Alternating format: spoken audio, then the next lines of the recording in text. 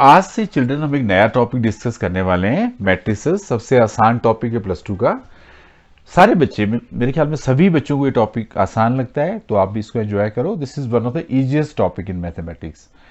हम बात कर रहे हैं यहाँ पे मैट्रिसेस की। तो सबसे पहले तो हम इसकी डेफिनेशन में आते हैं।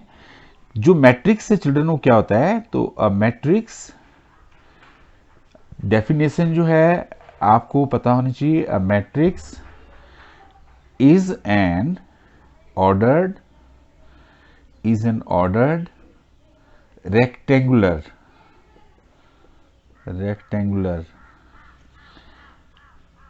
array of numbers, arrangement of numbers आप कह सकते हो, of numbers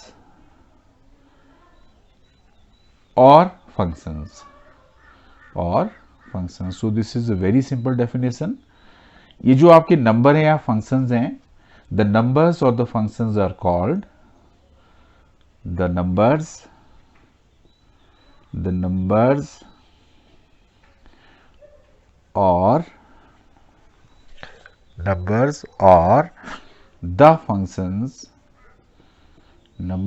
the functions are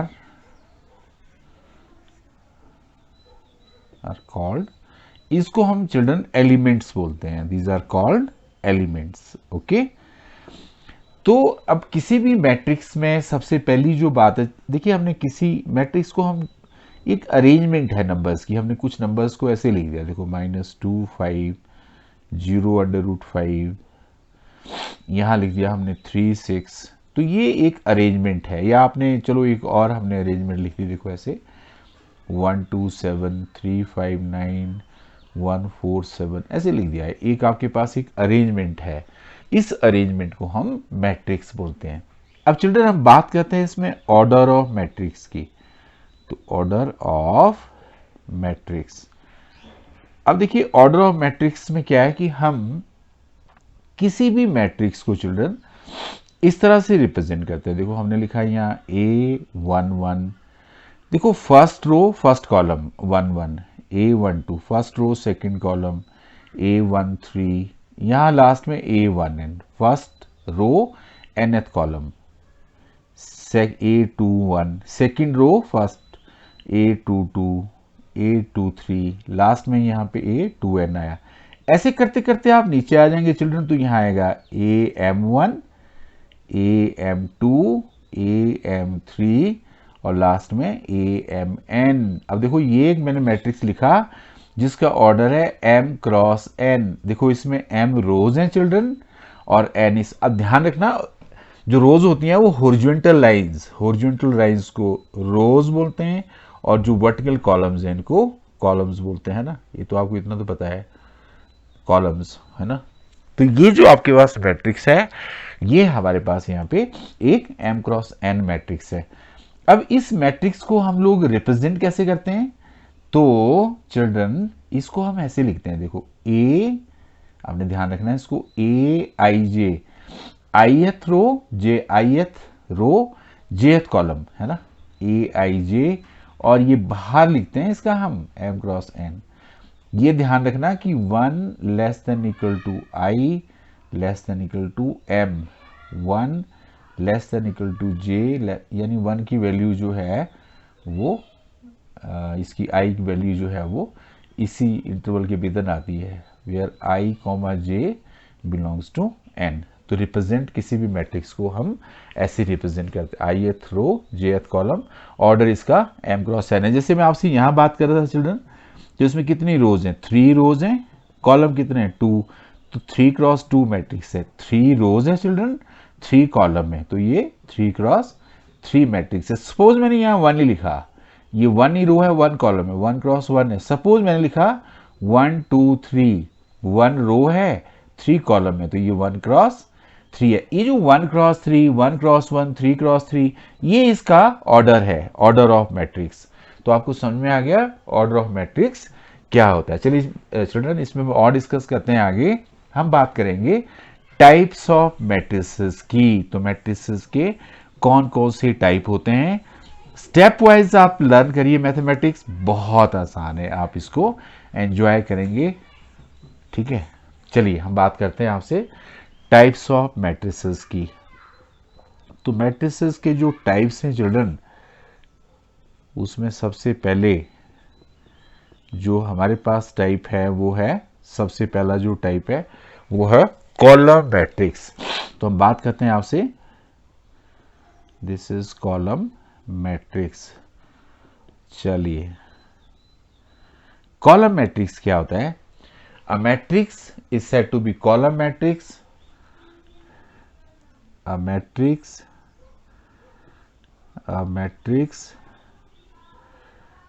is said to be a column matrix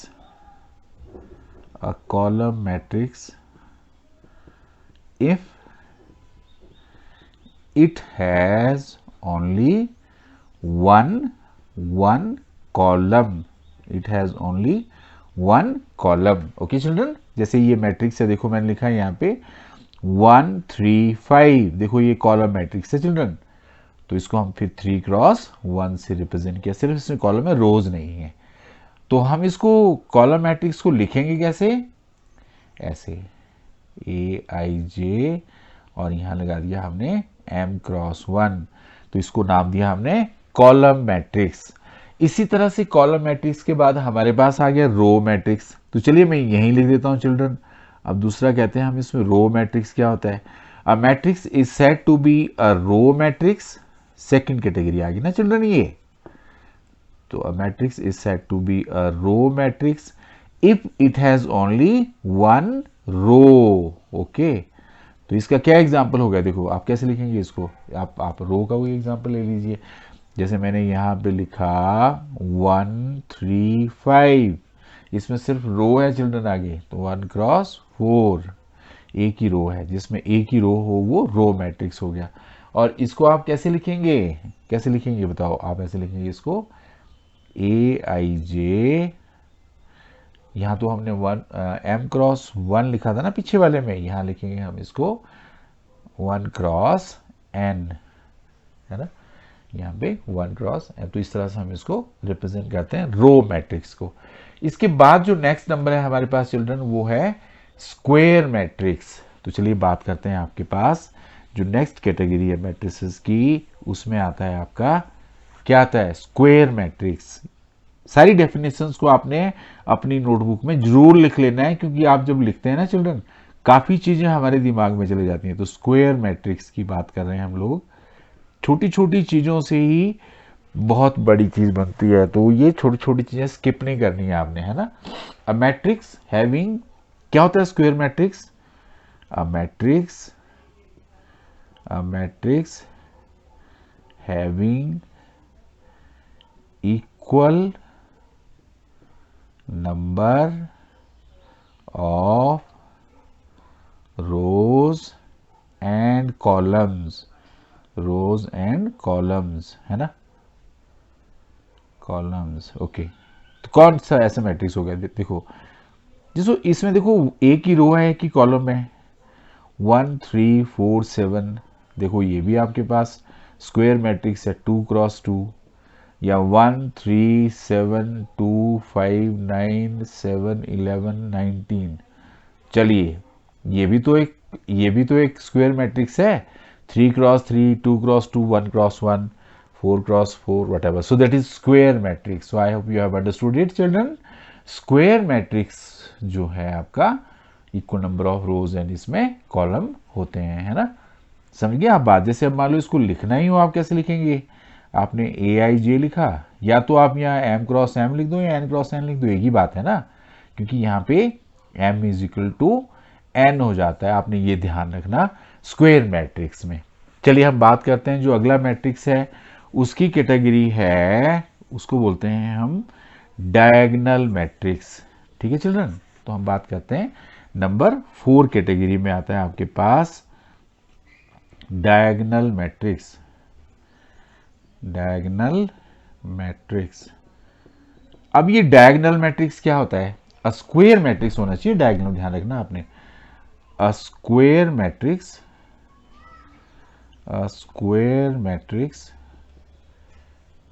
B is equal to BIJ m cross m, मैंने ऐसे लिखा, is said to be a diagonal matrix, is said to be a diagonal matrix if, कब children, if all its non-diagonal elements are zero, if all its non-diagonal elements are zero। तो इसके अगर non diagonal element zero हो जाए ना children, तो वो कैसे, देखो चलो मैं आपको एग्जांपल देता हूं। मान लिया जाए हमने एक मैट्रिक्स लिखा है यहाँ पे -1 0 0 2, या हमने चलो एक और मैट्रिक्स लिख दिया है यहाँ पे 1 0 0 2 3 सॉरी 0 3 0 0 0 5। तो आप देख रहे हो ये आपके पास डायगोनल मैट्रिक्स हो गया, ठीक है। तो इसको नाम दिया हमने diagonal matrix. Got it, clear है आपको। ये जो नेक्स्ट आपके पास मैट्रिक्स है इसका नाम है आपका scalar matrix. Okay children, so let us start with, now we are talking about next type of matrix that is called scalar matrix. Scalar matrix, अब ये स्केलर मैट्रिक्स क्या होता है? A diagonal matrix is said to be scalar matrix. A diagonal matrix is said to be a scalar matrix only if its diagonal elements are zero, if its diagonal elements are zero. कैसे children, देखो कैसे, जैसे हमने यहाँ लिखा आपके पास या तो यहाँ 3 0 0 0 3 0 0 0 3, यानी सारे डायगोनल एलिमेंट अगर इक्वल हो जाएं, या आप ये कह सकते हो कि जैसे मैंने लिखा ना यहाँ पे b is equal to B I J, बाहर है आपके पास m क्रॉस n, यहाँ पे है आपके पास n क्रॉस n। तो आपने लिखना है यहाँ पे B I J is equal to 0 when I not equal to J, and साथ में बी आई जे कॉन्स्टेंट हो जाएगा, है ना। तो इसको नाम दिया हमने स्केलर मैट्रिक्स। इसके बाद जो अगला वाला मैट्रिक्स है चिल्ड्रन, उसका नाम है हमारे पास, स्केलर मैट्रिक्स के बाद जो नेक्स्ट आपका मैट्रिक्स है उसका नाम है आइडेंटिटी मैट्रिक्स। ये आपको अच्छे से आना चाहिए, है ना चिल्ड्रन। आइडेंटिटी मैट्रिक्स क्या होता है? तो आइडेंटिटी मैट्रिक्स जो है ये भी स्क्वायर मैट्रिक्स ही होता है। अ square matrix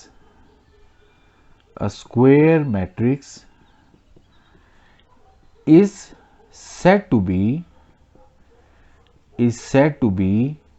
identity matrix if all its diagonal elements are 1, if all its diagonal